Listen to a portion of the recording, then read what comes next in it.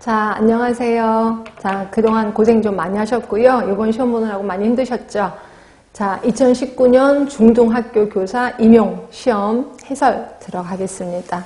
자, 이미 나눠드린 유인물도 있을 겁니다. 유인물 보시면서 제일 처음에 저는 제가 담당이 지역사회하고 학교보건, 그 다음에 이제 정신보건 쪽이기 때문에 이 부분에 대해서만 해설 들어가겠습니다. 그래서 전공 A에서는 모두 14번, 그러니까 14문제였고요. 14개의 문제 중에서 8개가 저한테 해당이 되더라고요. 그래서 역학이 이제 1번 문제. 1번 문제가 역학이었고, 이거 법정 감염병. 그러니까 점점 법이 많아진다는 것만 알고 계시면 돼. 그래서 감염병 예방 및 관리에 관한 법률에 대한 그 법정 감염을 물어보는 질문이 있었고요. 그다음에 6번이 이제 암 예방법에서 제시하고 있는 암 검진. 네, 당연히 나올 게 나왔습니다. 그렇죠? 그럼 이제 8번이 유행성 이하선염. 그래서 이것도 역학에 집어넣을 수 있죠. 그래서 그 유행성 이하선염의 예방 접종 시기 그리고 전염 기간 이런 것들이 시험에 나왔었습니다. 그래서 역학이 한 3개 정도가 나왔다고 보시면 되는 거고요. 그러면 학교 보건이 2개 정도 나왔습니다. 4번에 2015년 개정 보건교육과정 그 연수할 때 연수 자료 내용이 나왔었습니다. 그래서 이런 것들도 예전에 한번 나오긴 했었었는데 이렇게 대놓고 연수 자료가 나온 건 처음이어서 좀 당혹해 하셨을 수도 있겠구나라는 생각을 했었습니다. 13번은 척추 측만증 검진 방법. 그래서 예전에 그 학교보건책에서 이 척추 측만증 검진 이게 굉장히 중요시 됐었거든요. 아주 예전에 그게 다시 한번 시험에 나왔었다라고 보시면 될 것 같고. 그런데 산업보건이 이제 직업병을 묻는 진폐증, 또 VDT 중군, 요게 이제 7번 문제로 나왔었고요. 그 다음에 이제 지역사회 개념으로는 12번의 스와트 분석. 그 다음에 우리 BPRS 방식 하고 나서 PEAR 방식 하는 거 아실 겁니다. 요게 또 시험 문제 나왔었습니다. 나왔고요. 그러면 정신보건 하면은 이제 3번 문제가 정신보건이었고요. 요게 이제 사고장애, 그러니까 사고의 과정장애 뭐 이런 것들을 좀 쓰라는 질문이 좀 있었었고요. 자, 그 다음에 전공 B로 그래서 이제 전공 A에서는 14개 중에 8개가 저랑 해당이 되는 거고요. 전공 B는 총 8문제가 나왔습니다. 이 중에서 4문제가 이제 저한테 해당이 되는 건데, 자, 3번 문제가 학교보건이었었어요. 학교보건 법이 아예 그대로 나왔습니다. 학교보건법의 15조 2의 응급처치라는 항목이 있는데, 요게 그대로 나와서 가로놓기를 한 거고요. 그런데 가로 이론은 제가 그 한 달 전인가 올려놓은 거 있었을 겁니다. 간호 이론에 대해서 쭉 설명하는데 그 중에서 하나인 로이의 적응 이론이 한번 나왔었습니다. 그래서 그 로이의 적응 이론 제가 그때 나눠드린 유인물에서 답을 그대로 옮겨 써주시면 됐을 거 이렇게 생각하시면 될 것 같고요. 그러면 산업보건이 이제 7번 문제. 그래서 이제 수질오염 사건, 미나마타, 이따이 요게 나왔었고, 그다음 BOD. 뭐 워낙 수질오염의 삼총사함은 BOD, COD, 그다음에 OD, 그러니까 DO가 있었었는데 요 3개 중에서 BOD가 나왔다라고 보시면 될 것 같고요. 여기서도 정신보건 나왔죠? 8번. 그래서 이건 논술하라, 논술형이 문제가 나왔었는데 여기에 주요 우울장애, 자살, 유형 요게 좀 나왔습니다. 요거 조금 힘들어 하셨을 수도 있을 것 같아. 논술형이기 때문에. 자, 그러면 우리 본격적으로 해설 들어가겠습니다. 자, 1번 문제 보시면 그 연수자료 일부분이다 라고 얘기를 했고요. 거기 보시면 바로 그 박스 안으로 들어갈게요. 학교 내 감염병 발생 시 위기 대응. 그래서 첫 번째 기억번에 옆에 보시면 발열, 기침, 콧물, 뭐 결막염 여기까지는 힌트가 아니더라도 거기에 코플립 반점 요게 힌트겠죠. 코플릭 반점하면 무조건 홍역이거든요. 그래서 이것도 코플릭 반점을 아신다면 아 홍역하고 누워서 떡 먹기로 답을 쓰셨을 것 같아요. 자, 그리고 표본감시 대상 감염병. 그래서 표본감시 대상 감염병은 3개죠. 하나가 상군 중에 인플루엔자, 5군 지정이란 말이야. 그럼 요 3개 중에 답이 하나 나와야 된다라고 보시면 되고요. 그런데 이것도 아주 쉬웠었어요. 왜? 종류가 회충, 편충, 요충. 누가 봐도 기생충이에요. 그럼 기생충에 관련된 건 몇 군이에요? 5군이잖아. 그러니까 답은 당연히 5군 감염병이라고 금방 답이 나와야 돼요. 그렇죠? 자, 나눠드린 유임을 잠깐 보겠습니다. 홍역 보시면 홍역의 임상적 특징 뭐 주로 늦은 봄철 초겨울에 발생되고 그다음에 예방구 접종을 받지 못한 15개월 미만의 영아 학년 정도 호발한다 이렇게 돼 있는 거고요. 자, 그리고 3번을 보시면 백신이 개발되기 이전 자연 상태에서는 집단 면역 수준에 의해서 결정된 유행이 주기적으로 발생됐었다. 그렇죠? 그러니까 주기적인 어떤 사이클을 돌고 있었다는 거죠. 그런데 이게 이제 점점 예방접종이 활발화되면서 이 주기가 깨진 겁니다. 그런데 동그라미 4번 보시면 우리나라의 경우는 예방접종 사업이 시행되고 있음에도 불구하고 소아성 신고 감염병 중에 발생률이 높은 게 홍역이에요.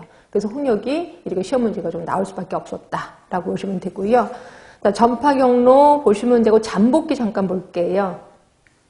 잠복기는 평균 10일이네요. 10일. 근데 전염기, 학교에서는 이 전염기가 좀 중요한 게 뭐냐면 이 병에 걸렸어. 그럼 전염 기간 동안은 학교에 등교를 못하게끔 돼 있거든요. 그래서 전염기가 나오는데 발진 출혈 전 5일부터 출현 후 7일까지 이때가 이제 전염기. 자, 주요 증상은 크게 세 가지로 나뉘죠. 1번 발진 전구기, 카타르기라고도 합니다. 2번 발진기, 3번 회복기. 그래서 발진 전구기를 보시면 이때 이제 전염력이 가장 강한 거고요. 거기 10번을 보세요. 전구기 말에 결막염이 있은 후에 회백색 코플릭 반점이 첫 번째 하구치 맞은편에 구강 점막에 수백 개가 출현이 된다는 거죠. 자, 어디냐면 첫 번째 어금니의 건너편 볼 쪽에. 그래서 항상 얘가 열이 나고 뭐 그렇다고 요거부터 까봐야 돼. 그래서 딱 까봤더니 회백석 반점이 수백 개가 나는 경우도 많아. 딱 있으면 얼른 입 닫아주고 너 집에 빨리 가라 라고 해야 돼. 왜냐면 이거는 홍역이니까. 하여튼 요거 코플릭 반점하면 가장 큰 힌트다라고 보시면 되고요. 그 다음에 발진기로 들어가시면 코플릭 반점이 나타난 후 24시간, 28시간 후에 발진이 시작되는 거죠. 자, 발진의 특징이 자, 보세요. 목의 측면 얼굴, 그 다음에 전신. 결국 얼굴부터 나기 시작합니다. 얼굴부터 나서 이제 밑으로 내려간다. 근데 이게 반대로 되는 게 수두인 건 아시죠? 수두는 배부터 나고 얼굴로 간단 말이에요. 그래서 수두하고 홍역은 두 개가 좀 구분이 돼야 된다라고 제가 자주 얘기를 합니다. 자, 회복기도 그렇고, 자, 뒤로 갈게요. 자, 오군 감염병에 대해서 반가로 2번이에요. 오군 감염병이란 기생충에 감염돼 발생하는 감염병으로서 정기적으로 조사를 통해서 감시가 필요한 거, 이걸 오군 감염병이라고 했고, 거기 시행규칙 3조를 보시면 오군 감염병의 종류가 쫙 나옵니다. 이게 똑같죠? 해충, 편충, 요충, 그리고 장흡충충까지 똑같이 나와 있습니다. 그래서 니은번의 답은 오군 감염병이라고 생각하시면 됩니다. 자, 그리고 이제 3번 볼게요. 3번이 이제 정신보건을 얘기하는 거고요. 자, 거기 보시면 기억번입니다. 담임교사가 얘기하네요. 성적 얘기가 끝나기도 전에 제 생일이 언제인지를 물어봤어요. 그러더니 제가 질문이 대답하기도 전에 친구와 도서관에 다녀온 얘기를 하다가 갑자기 키우고 있는 고양이 얘기를 하는 거예요. 굉장히 사고가 빠르죠. 이걸 우리 뭐라 그래요? 사고의 비약이라고 하는 거고요. 이 사고의 비약은 사고 장애 중에서도 사고 과정의 장애예요. 그래서 제가 거기 유문에 써놨을 겁니다. 사고 과정의 장애 중에서의 사고 비약을 얘기한다. 얘기하시면 될 것 같고요. 그 다음에 또 니은번 보세요. 창바깥에서 들리는 빗소리가 친구들이 자기를 욕하는 소리라고 하더라고요. 이거 뭐예요? 피해망상이지. 그치? 이런 사람들은 뭐 텔레비 보다가도 아나운서가 막 얘기하고, 전 아나운서가 나를 욕하네? 이러면서 이렇게 잘못 생각하는 거. 이거는, 환청이 아니라 망상입니다. 잘못된 생각입니다. 그래서 이걸 피해망상이라고 하는 거고요. 피해망상은 사고 내용의 장애예요. 사고 장애 중에서도 사고 내용의 장애다라고 보시면 돼. 그래서 기억번은 사고 과정 장애 중에서도 비약, 사고의 비약이고, 그다음에 니은번은 사고 내용의 장애 중에서도 피해망상이다라고 보시면 될 것 같아요. 자, 그 다음에 4번이요. 요게 이제 좀 당혹스러운 사람도 있었을 거예요. 2015년 개정교육과정. 근데 우리 학교 보건에서는 특히 보건교사들은 이 교육과정 엄청 중요시 여기거든요. 그래서 이것도 나와도 그냥 자연스러운 거다. 근데 이런 거를 공부를 안 하신 분들은 와, 이런 것도 해야 돼? 라고 좀 부담스럽긴 하셨을 것 같아요. 자, 여기 보시면 2015년에 교육과정을 개정을 했는데 이 중에서 보건교육과정에 대한 내용이에요. 그래서 크게 4개 영역으로 이루어졌는데 일단 제가 나눠드린 유인물 잠깐 보세요. 거기 과목 소개가 있고 내용 체계가 있는데 그게 크게 4가지 영역이에요. 건강의 이해와 질병 예방, 두 번째가 생활 속의 건강한 선택, 그 다음에 안전과 응급처치, 건강, 자원과 사회문화. 그래서 크게 4개 영역이었고요. 이 중에서 3번째 영역이 이제 시험 문제 나왔었던 겁니다. 자, 3번째 영역 보시면 안전과 응급처치인데 안전이라는 말에 가로넣기를 한 거죠. 결국 니은의 답은 안전이에요. 계속 그 옆에 있는 내용 요소도 안전. 자르기 안전이라는 글자가 빠진 거고요. 그 다음에 다시 위로 올라가서 과목 소개를 잠깐 볼게요. 자, 보건은 건강의 가치를 이해하고 올바른 건강 지식과 자원에 체계적으로 접근하며 일상생활에서 건강생활을 실천하고 건강관리 능력을 증진시킴으로써 궁극적으로는 개인과 공동의 건강 어쩌고저쩌고 하는 과목이다. 자, 이를 위해서 보건 과목은 건강을 권리와 책임으로 이해하고 건강한 성장, 발달을 지향하고 참여와 옹호, 소통과 배려를 바탕으로 건강에 유익한 선택을 하며 건강 증진을 사회 문화적 환경을 조성하는 이걸 하나의 역량이라고 하거든요. 역량은 역량인데 무슨 역량이야? 건강 핵심 역량을 함양하는 데 중점을 둔다는 거죠. 결국 보건 과목을 통해서 우리는 건강 핵심 역량을 키워야 되는 거죠. 이게 궁극적인 목적이라고 보시면 되는 거고요. 이게 기억번에 해당이 됩니다. 자, 문제 4번의 기억번을 보세요. 건강의 유지 증진. 그래서 일상생활에서 지속적으로 건강행동을 계획하고 실행하고 자신의 잠재 능력을 최대한 발휘할 수 있도록 하고 사회 물리적 환경 변화에 유연하게 대처할 수 있는 능력. 이게 뭐예요? 건강 핵심 역량이라고 보시면 됩니다. 결국 기억번의 답은 건강 핵심 역량. 니은번은 안전이라는 말을 쓰시면 되는 거죠. 그렇지? 자, 그 다음에 이제 6번을 보세요. 6번. 자, 6번은 자, 6번은 암입니다. 암. 그래서 거기 보시면 우리나라 그 암 예방법 중에 그 암 종류가 나오거든요. 그래서 우리나라는 5대 암 검진 권고암이라는 건 아실 거예요. 이거는 누가 권고하는 거예요? 보건복지부 장관이 권고하는 5대 암이에요. 이런 거는 모르면 말도 안 돼. 이런 건 상식입니다.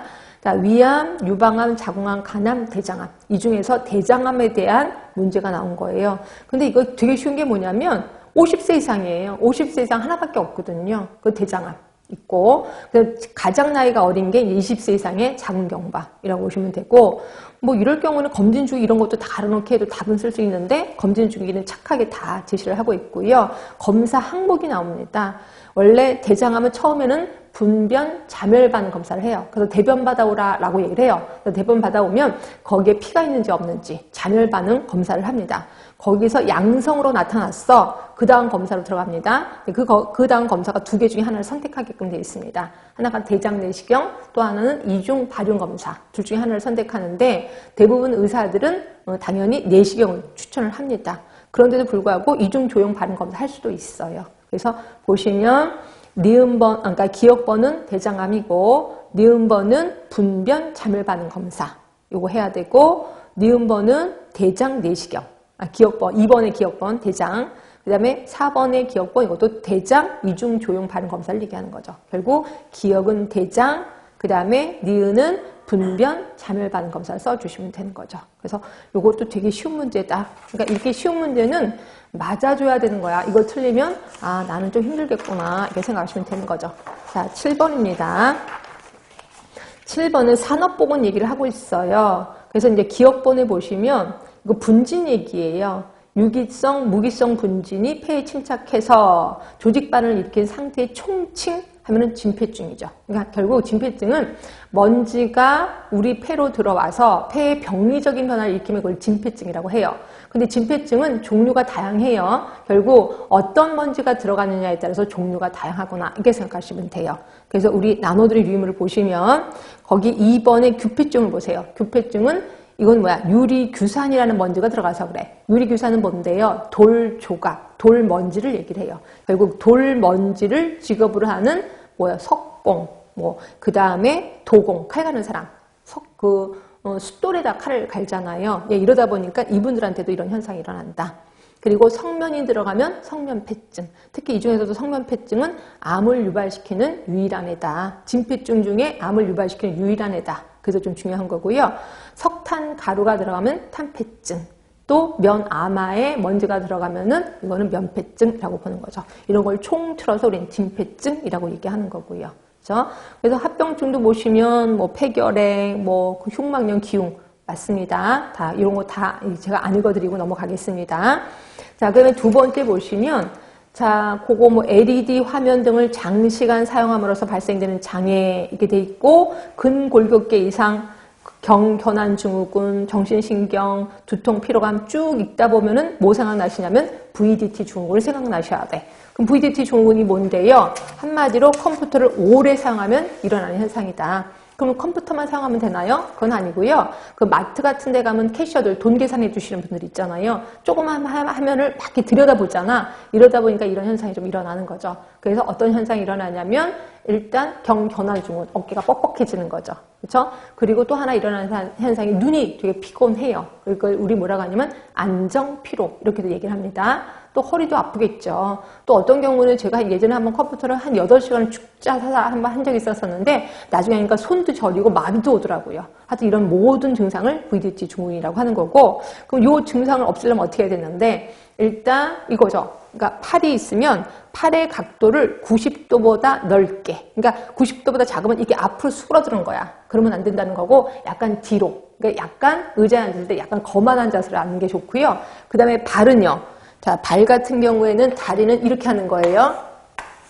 무릎이 있고 다리가 있으면 이렇게 있고 이게 다리거든요. 다리가 있으면 이 각도는 90도보다 적게. 결국 밑에 발에는 발 받침대를 두는 게 좋아. 그래서 약간 90도보다 작게 팔은 그 대신 넓게 해서 뒤로 약간 그래서 건방진 자세로 앉는 게 가장 좋다라고 보시면 될 것 같아요. 그럼 이게 조금 나름대로 괜찮아진다라고 보는 거고요.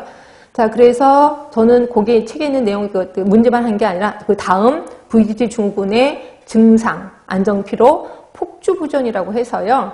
가까운 데를 보면 이 눈동자가 안으로 몰리는 거 아시죠? 그러니까 컴퓨터를 보다 보면 자꾸 눈동자가 안으로 몰려. 그리고 먼 곳을 보면 이게 제자리로 돌아와야 되는데 이게 그대로 가운데만 있게 되는 거예요. 이거 우리 폭주가 부전됐다라고 보는 거고. 그래서 컴퓨터 오래 한 사람들 보면 눈동자가 약간 위치가 안으로 몰려 있습니다. 이걸 폭주부전이라고 하는 겁니다. 이런 현상이 일어나는 거고 그 다음에 정신적인 스트레스도 있는 거고요. 기타 장애를 보시면 방전 현상, 한마디로 정전기가 일어나요. 이것 때문에 소양감, 피부에 소양감도 올 수가 있다라고 보고 있습니다. 예방 대책을 보시면 거기 써 있을 겁니다. 4번에 보시면 작업 시 몸통의 경사 각도를 90도, 110도 약간 뒤로 그래서 누운 듯한 자세를 좀 취하라는 거고요. 그쵸? 그리고 3번을 보시면 그 작업시간, 휴식시간이 1시간 일하고 10분, 15분을 쉬라는 거죠. 그럼 여러분은 10분 쉬라면 또 그다음부터 게임하는 사람이 있는데 그러지 말고 딱 50분 일을 했어. 1시간 일을 했어. 그럼 일어나서 딴 데 가서 스트레칭도 하고 10분 동안 왔다 갔다 하고 다시 들어오라는 겁니다. 예, 그렇게 하면 이 VDT 증후군이 좀 예방이 된다라고 얘기를 하고 있습니다. 자, 그래서 7번은 좀 쉽게 답을 쓰셨을 거고요. 그럼 이제 8번 들어가겠습니다. 8번은 유행성 이하선염 얘기하고 있어요. 우리가 알고 있는 볼고리를 얘기하고 있어요. 그래서 보시면 기억번은 필수 예방접종의 1차 접종 시기는 기억이다. 자, 볼고리 우리 뭘로 맞죠? 볼고리 예방주사 MMR로 맞죠. 홍요, 볼고리, 풍진 요걸로 맞거든요. 결국 12, 15개월에 맞아요. 12, 15개월에 맞는 거고 첫 1차 접종이. 자, 그리고 전염기간은 이하선이 붓기 24시간 전부터 요 붓는 종창이 가라앉을 때까지 결국 7에서 한 10일 정도 걸린다라고 보시면 될 것 같아요. 자, 그래서 요거 잠깐만 유임을 나눠드린 거 좀 볼게요. 이거는 이하선, 턱 아래에 있는 침샘이 이제 침범이 되는 거죠.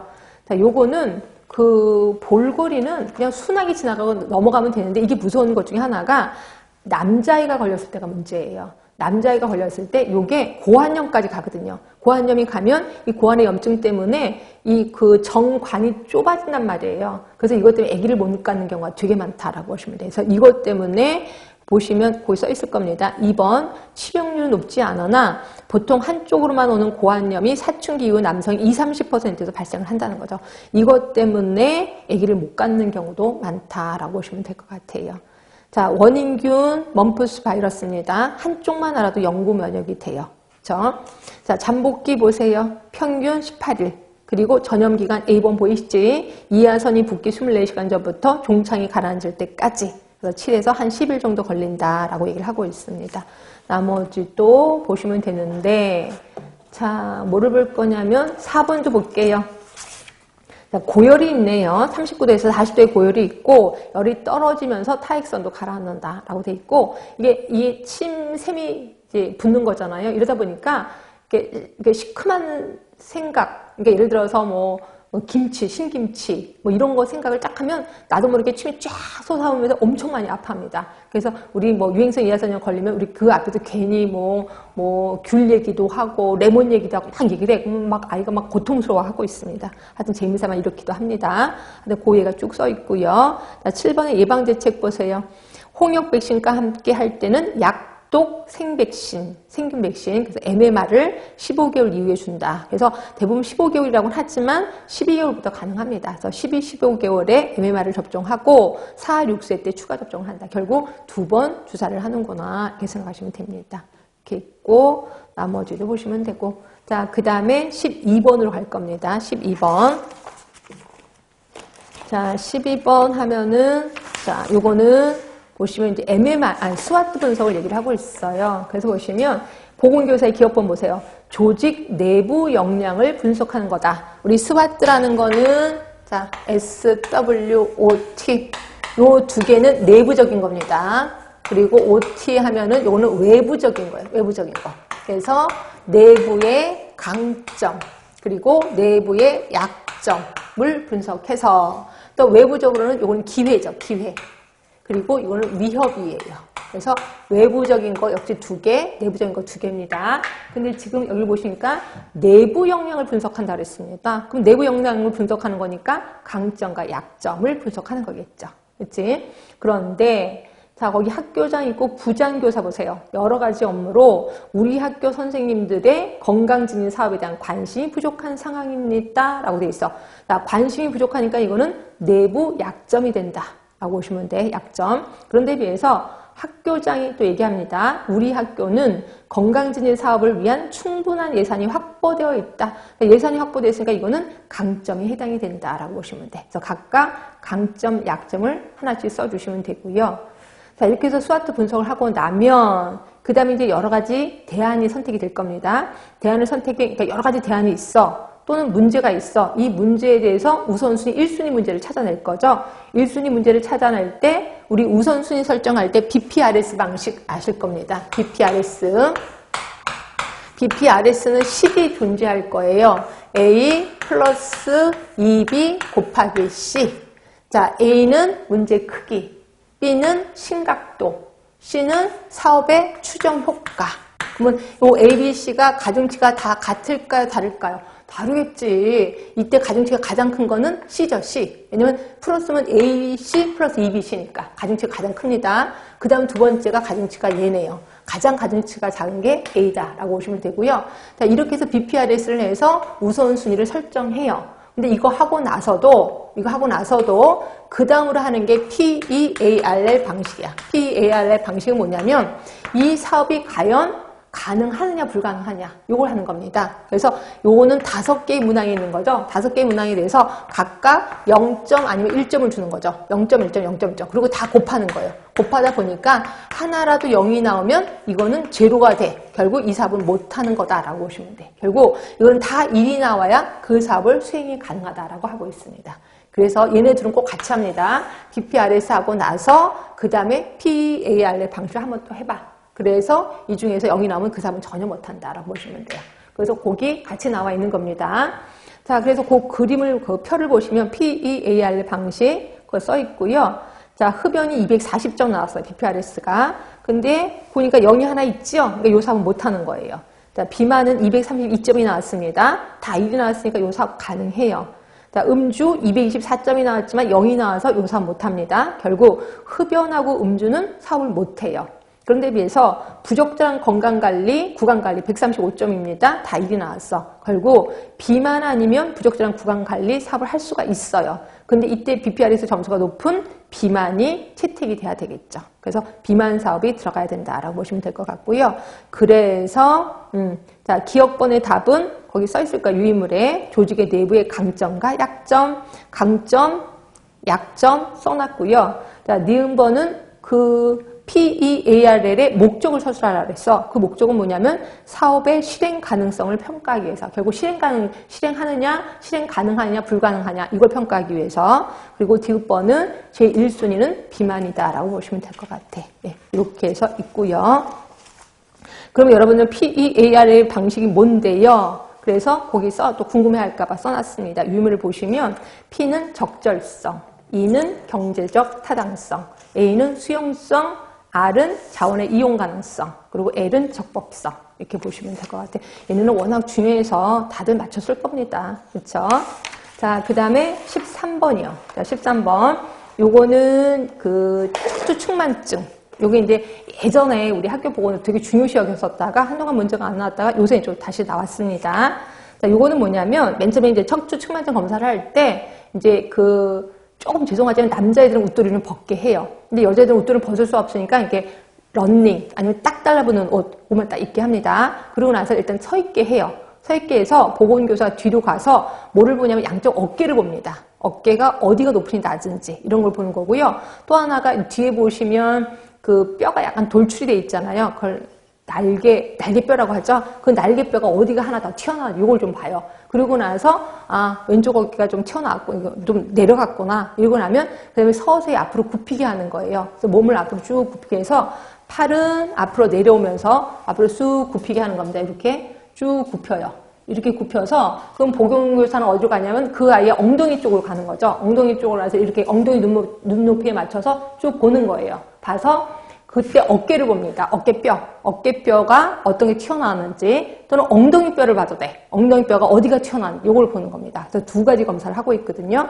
요거에 대한 질문이에요. 그래서 보시면 보건교사 기억본에 보시면 겉옷을 벗고 뒤돌아 서보세요 라고 얘기를 하고 있습니다. 그 요때 뭐를 보는 거냐면 자, 유의문에 써놨을 겁니다. 좌우 어깨선 높이의 차이 또는 견갑골 높이의 차이를 봐요. 견갑골이 뭔지는 아실 겁니다. 또는 좌우 견갑골의 후방 도출 유무를 보는 거죠. 그러니까 어깨뼈의 차이, 견갑골의 차이, 그 다음에 뒤로 옆으로 딱 가셔서 그 견갑골이 어디가 튀어나오는지 이걸 보는 겁니다. 그러니까 두 가지를 보는 겁니다. 기억에서는. 그리고 몸을 앞으로 굽히라고 그랬어. 이게 이제 전방 굴곡 검사라고 하는 거고요. 이때 좌우 등 높이 또는 허리 높이에 돌출 본다라고 보시면 됩니다. 그래서 전방 굴곡 검사. 그래서 요거 거기다 유의물에 써놨습니다. 반가로 1번, 반가로 2번 써놨으니까 보시면 될 것 같고요. 그래서 이것도 당연히 예전에 제가 보건교사 했을 때는 요거 했었거든요. 보건교사 할 때는 아이들이 약간 좀 이상이 있어. 그럼 이제 요걸 갖고서 이제 특히 이제 큰 아이들은 웃돌이 벗으라면 절대로 못 벗고 그래서 아이들 1학년 아이들, 2학년 아이들까지 제가 남자애들은 옷을 다 벗겼어요. 웃돌이를 벗기고 이걸 좀 한번 해본 적이 있었거든요. 근데 여기 차이가 있긴 있더라고요. 그렇게 했는데 이 결과 그러면 얘는 척추측만증인가? 라고 보느냐? 그건 아니고요. 이건 자세 이상자로 봅니다. 이렇게 해서 이상이 있으면 자세 이상자로 보고 그리고 이 아이는 병원에 의뢰를 하는 거죠. 그래서 병원에 가서 엑스레이를 찍어보고 이게 이제 뭐 측만증인지 후만증인지 이런 걸 좀 보고 있다라고 보시면 됩니다. 하여튼 요거 보시고요. 그 다음에 이렇게 해서 이제 전공 A가 좀 끝이 났고 이제 전공 B로 가겠습니다. 전공 B로 가면은 1, 2번은 그러고 3번으로 가시면 3번이에요. 자, 3번으로 가시면 거기에 나와요. 그 학교보험법 법률이 나옵니다. 자, 일단 유의문에 보시면 학교보험법 12조의 이 응급처치를 잠깐 보세요. 거기 보시면 학교장은 사전에 학부모의 동의와 전문의약품을 처방한 의사의 사문을 받아서 결국 두 사람의 동의를 받아야 돼. 학부모의 동의하고 전문의약품 처방한 의사의 자문을 받아서 자, 보건교사 또는 순회교사로 하여금 일형 당뇨로 인한 절당 샥 또는 아나필락시스 샥으로 인해서 생명이 위급한 학생의 투약행위든 응급처치를 제공할 수 있게 한다. 결국 지금 일형 당뇨하고 아나필락시스 샥에 대해서 그러니까 일형 당뇨로 인한 혈당 샥, 그 다음에 아나필락시스 샥에 대해서만 응급처치를 하게끔 되어 있습니다. 이게 보건교사에게.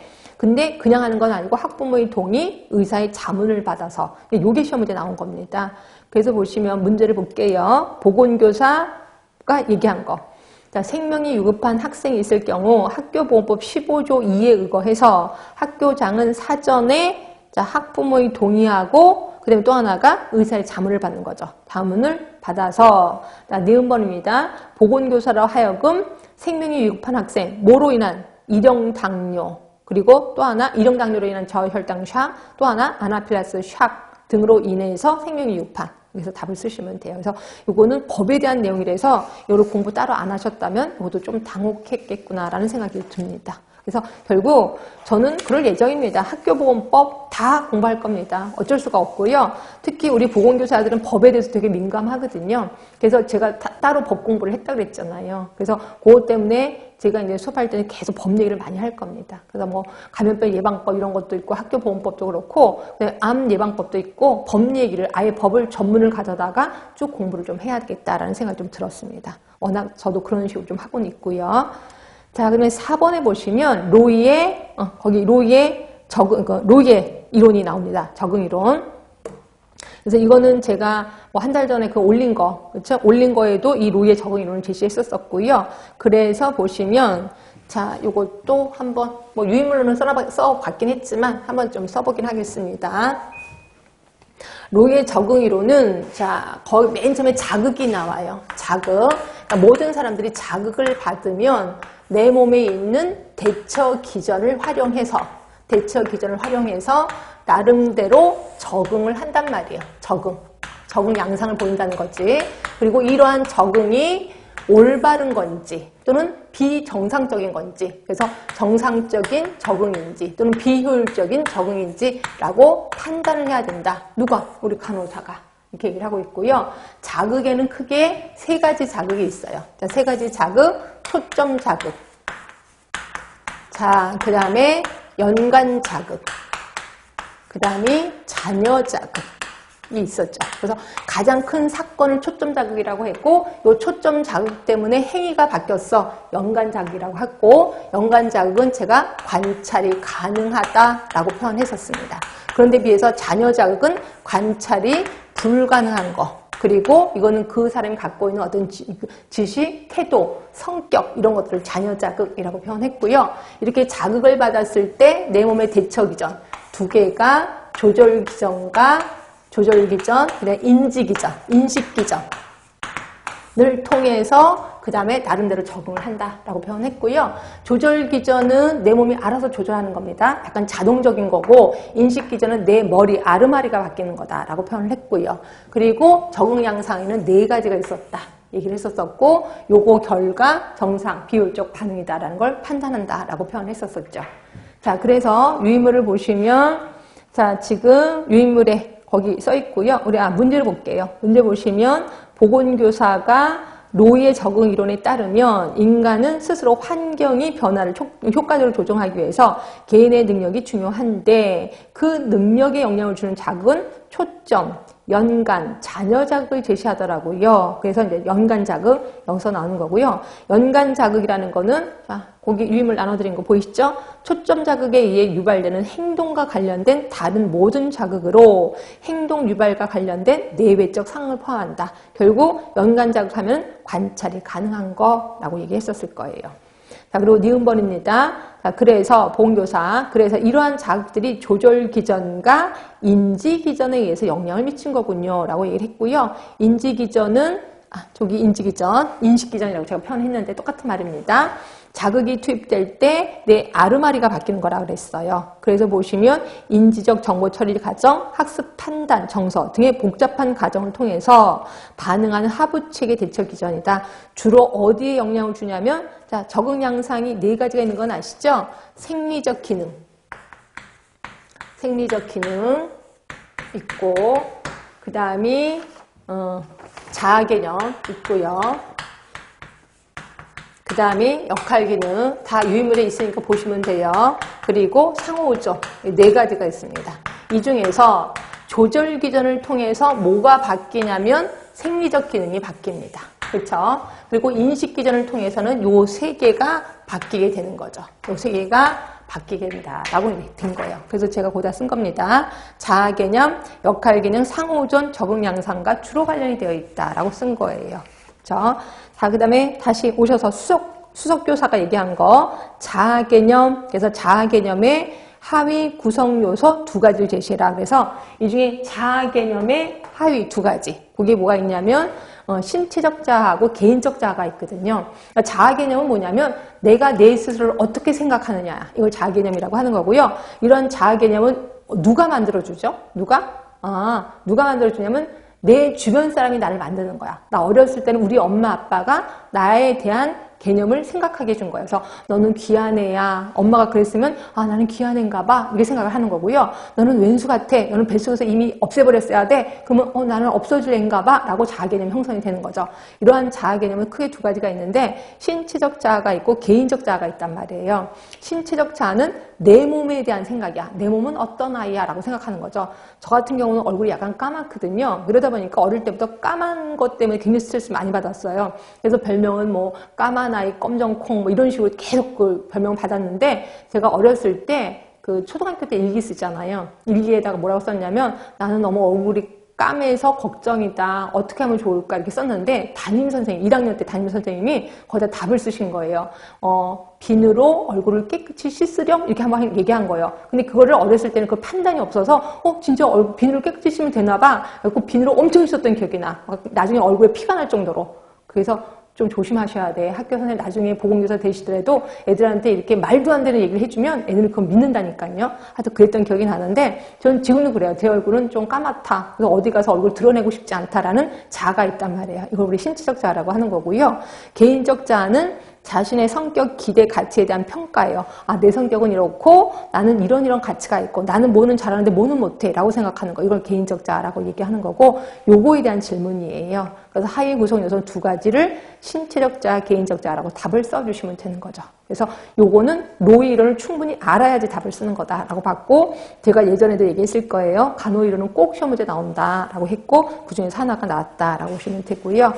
자, 그 다음에 7번 문제로 가겠습니다. 7번 문제는 또 산업 쪽이 나왔어요. 자, 거기 보시면 이것도 아주 쉬운 문제인데 미나마타병, 우리 수질 오염하면 대표적인 게 미나마타, 이따 얘가 대표적인 거거든요. 그러니까 미나마타는 수은이에요, 수은. 그쵸? 그래서 메틸수은이라고 했고 요거는 수은을 만지는 공장이었었어요. 근데 미나마타 많이니까 바닷가에 있는 공장이었었나 봐. 근데 원래 그 공장에서 수은을 만들고 나머지를 그 특수 하수도에 버려야 되거든요. 특수 정수된 하수도에. 근데 이 나쁜 공장장이 이걸 바다에다 슬쩍 버린 거예요. 그래서 이제 거기 있는 물속에 있는 물고기들이 이거를 먹었겠지 뭐. 먹어서 몸이 뒤틀어지기 시작해 수은 중독에 걸리게 된 거죠. 그 수은 중독이 누적이 된 거예요. 이 맨 처음에 물고기들이 처음 먹을 때는 수은이 조금 들어갔겠지. 근데 계속해서 먹다 보니까 점점점 더 컸겠죠. 커져갖고 그 몸속에 수은이 굉장히 많이 중독이 됐었던 거죠. 그런 아이들이 그래서 해변가에 그 물고기 애들이 다 이게 죽은 채로 발견이 된 거죠. 허리가 뒤틀린 아이, 꼬리가 2개인 아이 뭐 이러면서 다 죽은 애들이 발견된 거야. 그러다 보니까 일본 사람들이 이게 물고기가 죽었는데 근데 살아있는 애들도 있을 거 아니에요. 그걸 또 잡아서 먹었겠죠. 그 몸 안에 수은 중독된 그 물고기를 먹어서 일어난 게 이 미나마타병이라고 보시면 되고요. 그런데 비해서 이따이는 이건 카드뮴 때문에 생겼는데 그 카드뮴 광산촌이었었어요. 근데 저는 광산촌에서 캘 거 다 캐면 그거를 다 폐강하고 다 말끔하게 다 이렇게 원래 상태로 복귀하고 나서 이제 없애버리는 줄 알았더니 그게 아니라 그냥 있는 채로 그냥 자기는 쓱 떠나버린대요. 결국 폐강이 돼버린 거예요. 근데 그 해에 비가 그렇게 많이 왔대요. 홍수가 진 거예요. 그러다 보니까 거기 카드뮴이 그래도 좀 녹아있을 거 아니야. 그 빗물에 녹아서 여기 땅을 오염시킨 거죠. 그리고 요 오염이 그걸로 끝나는 게 아니라 마을까지 가버린 거예요. 결국 마을에 논이고 밭까지 카드뮴이 가버린 거죠. 결국 그 지역의 논이고 밭에 있는 농작물이 다 오염이 된 거고요. 그리고 그 오염된 농작물을 먹고 사람이 중독이 된 거예요. 그래서 그때 당시에 엄청 많은 사람들이 뭐 유산도 되고 사산도 되고 난리가 났었나 봐요. 이거 우리 이따이라고 보시면 될 것 같고요. 자, 그래서 거기 기업번은 메틸수은, 니은번은 카드뮴이라고 답을 써주시면 되고, 그다음에 이제 BOD라는 게 있습니다. 이것도 좀 설명을 드릴게요. 자, BOD나 워낙 그 수질오염의 대표적인 지표의 대표적인 아이가 BOD, COD, DO, 이거는 삼총사입니다. 삼총사. 자, 물속에는 그 유기물이 있어요. 나쁜 애예요. 유기물이 있는데 유기물에는 분해 가능한 유기물이 있고요. 또 하나가 분해 불가능한 유기물이 있어요. 불가능한. 그래서 그러니까 분해 가능하다는 걸 누가 분해를 시키냐면 물속에 또 호기성 미생물이 있고 호기성 미생물, 그다음에 혐기성 미생물이 있거든요. 혐기성 미생물이 있는데 이 중에서 호기성 미생물이 분해 가능한 아이, 또 호기성 미생물이 분해 불가능한 아이라고 보시면 돼요. 그래서 BOD 같은 경우는 BOD는 호기성 미생물이, 그러니까 호기성 미생물 하면 산소를 되게 좋아하는 애예요. 호기성 미생물이 풍부한 산소가 있는 상태에서 분해 가능한 유기물질을 먹어 치우는데, 분해하는데 걸리는 시간을 우리 BOD, 분해 가능한 유기물질을 분해하는데 필요한 산소량이에요. 필요한 산소량을 우리는 BOD라고 하는 거예요. 다시 한번, BOD는 호기성 미생물이 산소가 풍부한 상황에서 분해 가능한 유기물질을 분해하는 데 필요한 산소량, 이걸 우리 BOD라고 얘기하고 있습니다. 풍부한 산소는 쓸데없는 말이니까 지워버릴게. 다시 한번, 호기성 미생물이 분해 가능한 유기물질을 분해하는 데 필요한 산소량. 결국 BOD량이 크면 클수록 그 물은 썩은 물이다 라고 보시면 될 것 같고요. 그런데 비해서 COD는 뭔데요? COD는 얘는 산화제의 양이야. 그러니까 산화제가 얘네들 분해시키거든요. 근데 이때는 분해 가능한 거 플러스 불가능한 거 다 분해시킨다. 그럴 때 필요한 산화제의 양을 COD라고 하는 거예요. 결국 같은 물을 COD도 측정하고 BOD도 측정했어. 그러면 항상 누가 많이 나올까? 당연히 COD가 많이 나와요. 왜? COD는 분해 불가능한 것도 분해하잖아. 그래서 보는데 그러면 같은 물을 BOD도 측정하고 COD도 측정하나요? 아니, 그렇진 않겠죠. 대부분 BOD는 가정하수를 할 때는 BOD를 측정해요. 그런데 비해서 COD는 산업해수 또는 해수, 바닷물이요. 해수를 측정할 때는 대부분 COD를 측정한다라고 보시면 될 것 같고, 반면에 DO요. DO는 물속에 녹아있는 산소량을 얘기를 합니다. 산소량.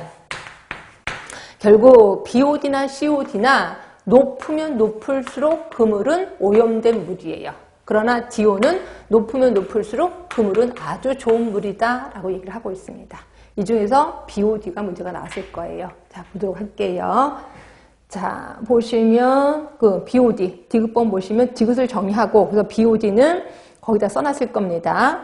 자, 호기성 미생물이 호기성 상태에서 분해 가능한 유기물질을 20도씨에서 5일간 안정시키는 데 소비되는 산소량이라고 얘기를 한 거고요.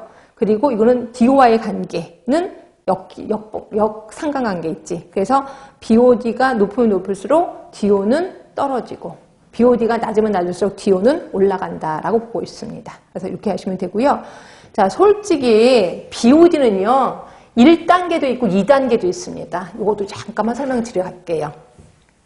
BOD는 보통 알고 있는 BOD인데, 이게 아까 제가 말한 대로 5일이 걸린다 그랬잖아요. 그래서 어떻게 하는 거냐면, 이렇게 물을 받아두면 이제 분해가 시작됩니다. 그러면 이게 이제 찌 이런 형태를 이루어요. 그리고 이때 5일 때 측정을 합니다. 그래서 이거를 5일 때 한다 그래서 5일째 측정을 한다 해서 BODO라고 하는 거예요. BODO.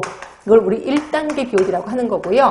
그런데 한 7일 정도가 되잖아요. 7일 정도가 되면 갑자기 어떤 여기 프로그램이 하나가 뿡 떠요. 또 갑자기. 그래서 이건 뭐야? 근데 이게 뭐냐면 BOD, 이거는 탄소계 물질이에요. 탄소계 유기물질.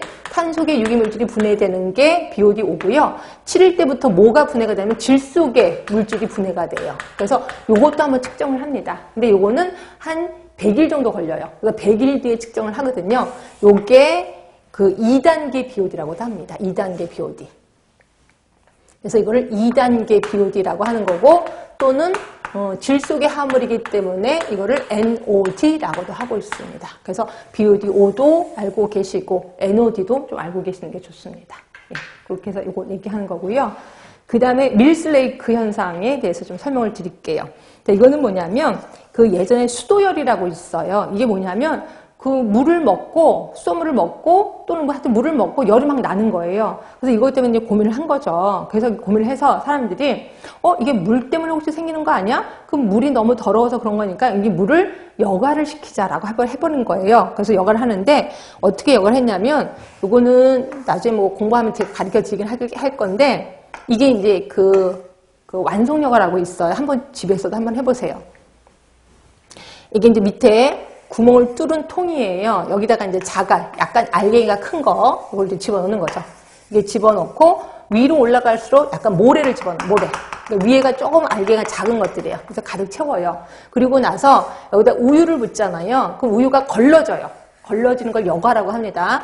걸러져서 그 다음에 순수한 물이 나와요. 저 얼마나 깜짝 놀란지 모르죠. 이거 제가 보건교사 했을 때 애들하고 실험하면서 했는데 진짜 신기하더라고요. 우유를 집어넣으니까 물이 나오는 거예요. 그래서 그걸 먹어봤더니 우유 맛도 없어. 우유 맛도 안 나고 냄새도 우유 냄새 그 비린내도 안 나고요. 색깔도 안 나요. 결국 맛도 걸러지고 냄새도 걸러지고 색깔도 걸러지는 거예요. 이거 우리 여과라고 하는 건데 이런 걸 한번 해본 거예요. 밀스라는 사람, 레이크라는 사람이 해본 거야. 그랬더니 그 물을 먹고 여과된 물을 먹고 배가 하나도 열도 안 나더라. 그래서 물은 여과하는 게 좋구나 라고 한 거예요. 그래서 그걸 밀스라는 사람도 이거를 발견한 거고 레이크라는 사람도 발견했고 두 사람 다 친구는 아니에요. 두 사람 다 중요하기 때문에 이 두 사람 같이 집어넣어서 밀스 레이크 현상이라고 얘기하는 거예요. 그렇죠? 그래서 밀스 레이크 현상은 거기 보이시죠? 26년에 독일 하노버의 장티푸스 환자 2,500명이 발생하기 전 10배에 해당되는 발열 설사를 주증상을 했다는 거죠. 그래서 이런 수도열 환자가 발생이 됐다. 이렇게 그랬고, 그 다음에 미국에도 역시 그걸 했었어요. 그래서 이걸 했더니, 여과를 했더니 수인성 질환이 감소됐다. 그래서 이런 근거로 수도열과 수인성 질병이 감소했기 때문에 이거를 밀스 레이크 현상이라고 얘기를 했다. 그래서 이거 그대로 써주시면 된다라고 보시면 될 것 같아요. 이렇게 해서 3번 문제도 끝이 났고요. 자, 그 다음에 4번 문제 있을 겁니다. 잠깐만요.